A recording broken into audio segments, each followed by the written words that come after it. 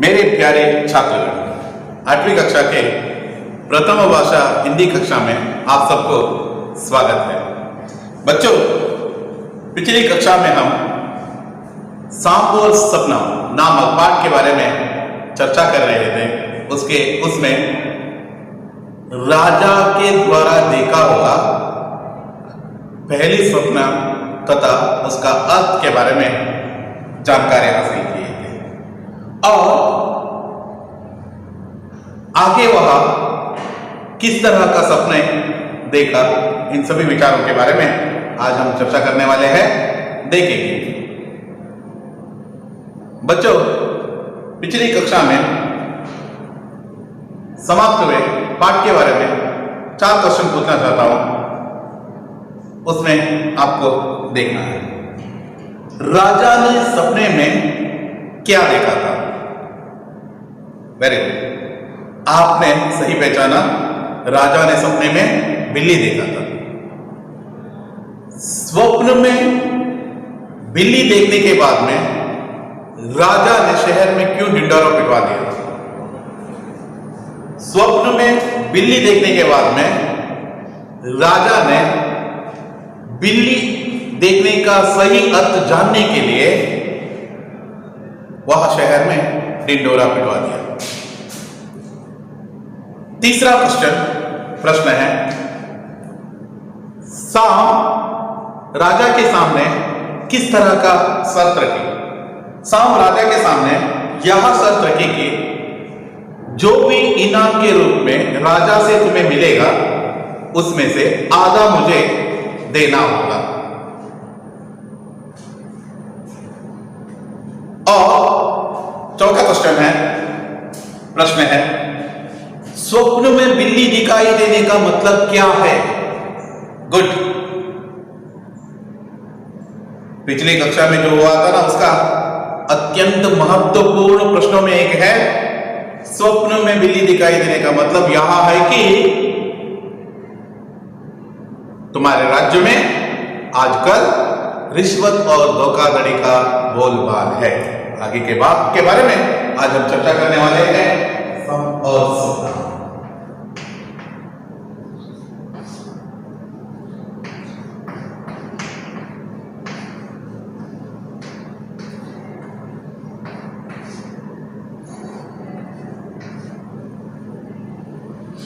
सांप और सपना एक बार पढ़ लेता हूं। देखिए, किताब देखिए, पेज नंबर 8। वेरी गुड, सबने अपना पेज नंबर 8 देखे है। देखिए, हर एक शब्द ध्यान से देखिए, क्योंकि प्रोनाउंसिएशन है ना, शब्द का उच्चार किस तरह करते हैं, इन सभी विचारों के बारे में आपको मालूम रहना। किसान ने जब राजा को उसके स्वप्न का अर्थ बताया तो राजा बहुत प्रसन्न हुआ। राजा ने किसान को बहुत सारे रुपए पैसे दिए। किसान जब उन रुपयों की गठरी को उठाकर अपने घर की ओर जाने लगा तो उसकी नीयत खराब हो गई। उसने सोचा कि अब सांप के पास जाने में कोई फायदा नहीं है, फिर सांप को मेरे घर का पता भी नहीं मानो। लालच ने उस किसान को अंधा कर दिया। वह चुपचाप किसी और रास्ते में अपने घर पहुंच गया। जब किसान की पत्नी ने रुपयों का ढेर देखा तो वह एकदम हैरान हो गई। किसान ने डिंग मारते हुए अपने पत्नी से कहा कि देखो, मैं कितना समझदार हूं। मैंने राजा के स्वप्न का बिल्कुल सही अर्थ बता दिया। कुछ दिन बीत जाने के बाद राजा ने एक और सपना देखा। उस स्वप्न में देखा कि वह जिस कमरे में लेट रहा है उसकी छत पर 2 नंगी तलवारें लटक रही है। ये दोनों तलवारें कच्चे धागों से बंधी हुई थी और किसी भी क्षण राजा के ऊपर गिर सकती थी। सुबह होते ही राजा फिर परेशान हो उठा। राजा ने एक करके सभी मंत्री और दरबारियों को बुलाया। हर एक ने उस स्वप्न का अपना अपना अर्थ निकाला, पर राजा को किसी के उत्तर पर भी संतोष नहीं हुआ। आखिर में राजा ने उसी किसान को बुलाया। इन सभी विचारों के बारे में उसी किसान को बुलाया। किसान को जब यहां पता चला तो वह बहुत घबरा गया। मरता क्या ना करता, बेचारा चुपचाप मुंह लटकाए फिर उसी पहाड़ पर पहुंचा जहां पर उसे सांप मिला था। वहां पहुंचकर वह नागराजा, नागदेवता कहकर सांप को पुकारने लगा। बच्चों, पिछली कक्षा में राजा ने सपने में बिल्ली देखा था, उसका अर्थ हम सभी देखे हैं। यह अर्थ राजा जाकर यह अर्थ किसान जाकर राजा के पास पहुंचाए तो राजा किसान की यह उत्तर सुनकर अत्यंत प्रसन्नचित्त हुआ और जो वह जानना चाहता था ना, सही अर्थ उन्होंने बताया था। इसलिए जो किसान ने कहा था वह अर्थ बिल्कुल सही अर्थ है, ऐसे उन्होंने राजा मान लिया। असल में किसान को किसने कहा था यह उत्तर?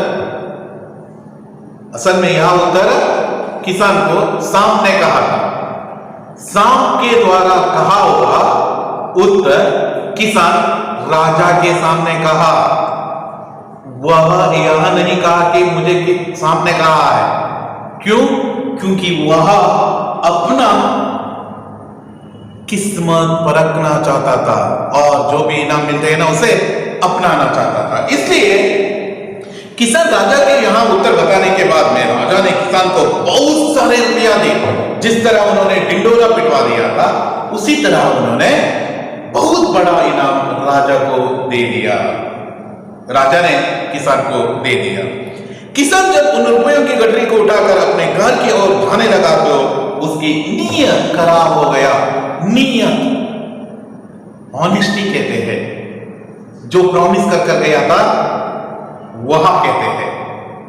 सांप को प्रॉमिस क्या किया था? राजा जितना भी माल देने वाले हैं उसमें से आधा तुम्हें देता हूं, ऐसा प्रॉमिस कर गया था। वह प्रॉमिस अभी तोड़ने वाले हैं। नीयत खराब हो गई।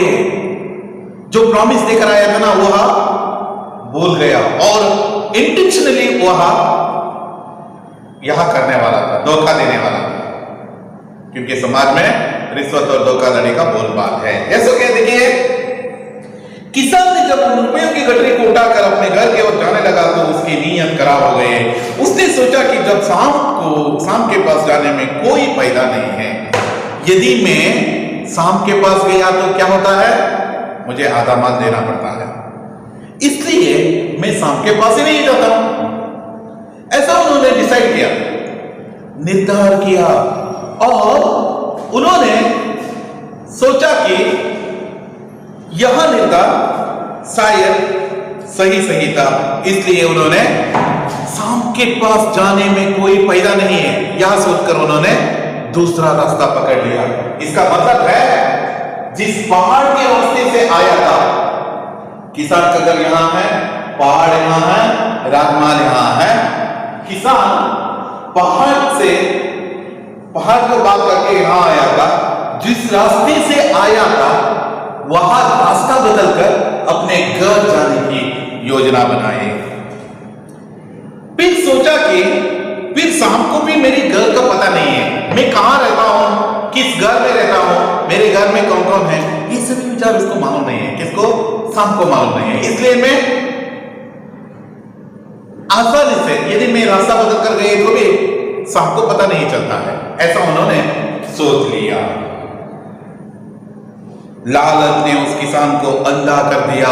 लालच, अति आसे ಅಂತ ಹೇಳ್ತಾರೆ इन कन्नड़, अति आसे ಅಂತ ಹೇಳ್ತಾರೆ। आसे ಎನ್ನುವುದು मनुष्य को लालच रहना है। यह लालच है ना, बहुत बुरी आदतों में एक माना जाता है। लालचों में आसे इरಬೇಕು, अति आसे इरಬಾರದು। इच्छा रहना है, लालच नहीं रहना है। आपको याद रहना है, लालच एक बुरी आदतों में एक माना जाता है। झगड़ा, घर में झगड़ा, भाई बहनों से मारपीट, ये सभी लालच के कारण से ही होते हैं। इनके लालच ने किसान को अंधा कर दिया, जो प्रॉमिस कर गया था ना उसे निभाने में सक्षम नहीं हुआ। वह चुपचाप किसी और रास्ते से अपने घर पहुंच गया। जब किसान की पत्नी ने रुपयों के ढेर देखा तो वह एकदम हैरान हो गई। हैरान मतलब आश्चर्यचकित होना, आश्चर्य, हैरान।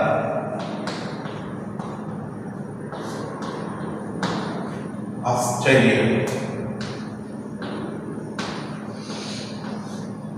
क्योंकि यह कहने में तो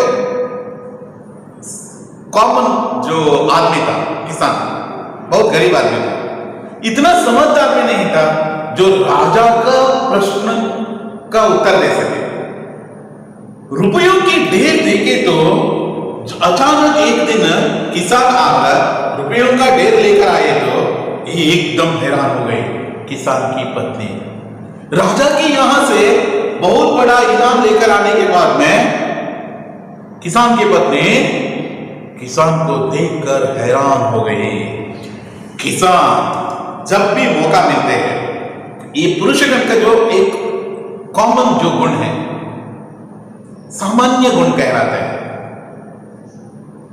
जब इतना बड़ा इनाम जीत कर आए हैं और साथ ही साथ दरबारी लोग, पंडित लोग तथा राज्य के अन्य मनुष्यगण जो उत्तर नहीं दे सके, वह उत्तर एक मामूली आदमी किसान में राज्य का वह समस्या दूर किया, यह कहते वक्त अपने डिंग मारने लगा। अपने आप की प्रशंसा, आत्म प्रशंसा कहते हैं ना, नाने नाम राजन उत्तरवन्न हेळद। असल में किसने कहा था? सांप ने कहा था, याद रहना है। डिंग मारने लगे, कहा कि देखो मैं कितना समझदार हूं, राजा का स्वप्न का सही सही अर्थ बताया, मैंने राजा का स्वप्न का बिल्कुल सही सही अर्थ बताया है, इसलिए मैं समझदार हूं, ऐसा कहते हुए डिंग मार रहा था। इसी तरह कुछ दिन बीत गया। राजा ने पहले स्वप्न का अर्थ बताया, राजा का पहले स्वप्न का अर्थ किसान ने बताया, किसान को बहुत बड़ा इनाम मिला और इस इनाम के कारण से वह खुशी खुशी रहने लगे। कुछ दिन बीत जाने के बाद राजा ने एक और सपना देखा। राजा को बहुत दिन के बाद में, कुछ दिन के बाद में एक और सपना उन्होंने देखा। कनसन करना, उसने स्वप्न में देखा कि वह जिस कमरे में लेट रहा है, जिस कमरे में वह लेट रहा है, मतलब वह कौन है? जिस कमरे में लेट रहा है, जिस कमरे में वह लेट रहा था, मलग इद्दनु, उसकी छत पर, छत यानी ऊपर के हिस्सा कहते हैं ना, घर के जो ऊपर के हिस्सा, यानी ऊपर का नहीं है, छत, छत पर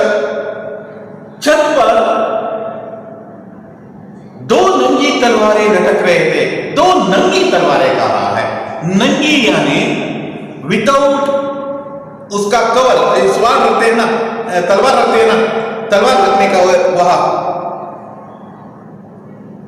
डाल हमने देखे थे ना पहला पद्य में, तलवार रखने का वह उपकरण साधन कहलाते हैं। ऐसे जो तलवार रखते हैं, शार्पनिंग तलवार एक कील पर रखते हैं,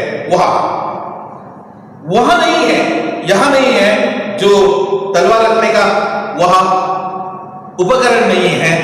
विदाउट वह जो तलवार है ना, लटक रहा था ऊपर, राजा लेटा हुआ है, तलवार लटक रहा है। देखेंगे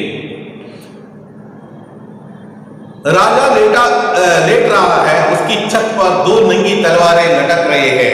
नेताड़ता है, ये दोनों कच्ची धागों से बने हुए हैं।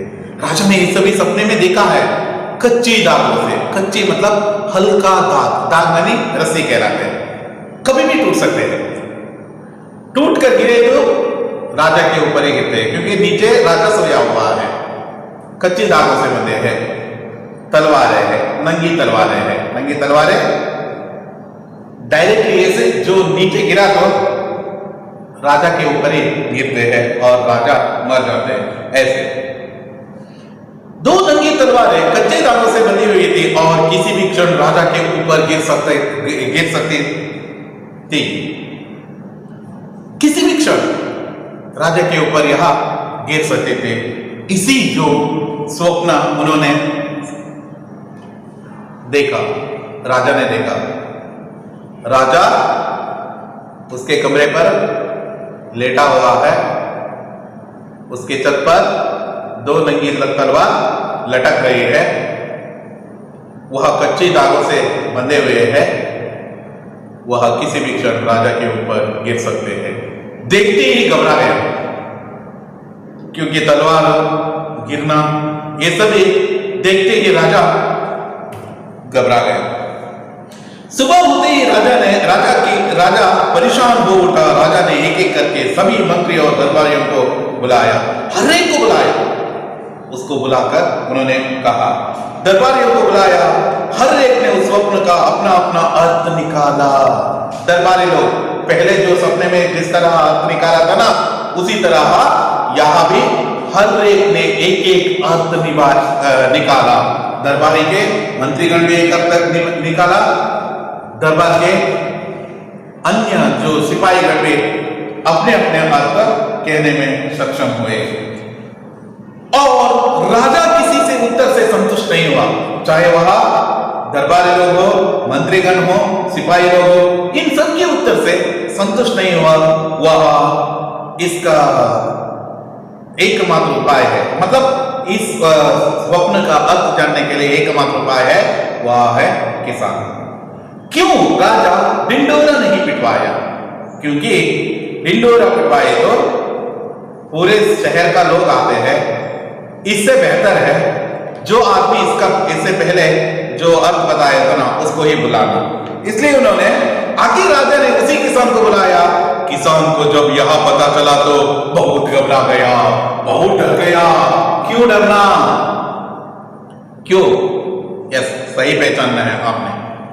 क्योंकि राजा ने पहली स्वप्न का उत्तर कहने पर जो इनाम देने की वादा कर आया था ना, वह वादा नहीं निभाया था, उसको धोखा दिया था।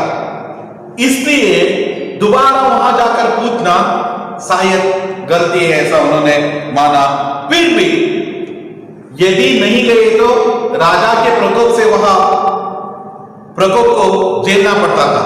इसलिए जो वह सीधा पहाड़ पर जाकर सांप से मिलने के उपाय सोचा। पता चला तो बहुत घबरा गया, मरता क्या ना करता। यदि उसे मरना है, नहीं तो कुछ करना है।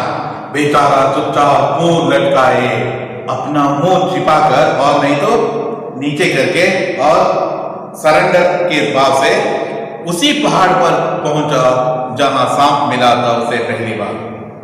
वहां जाकर पहुंचा जहां उसे सांप मिला था। वहां पहुंचकर वह किस तरह बुलाने लगा? नागराजा, नागदेवता, ओ नागराजा, ओ नागदेवता, ऐसा कहकर वह बुलाने लगे। पहाड़ में रहने वाले, मतलब पहाड़ के झाड़ियों में छिपे हुए नागराजा यानी सांप किसी न किसी तरह से यह आवाज सुनकर बाहर आए।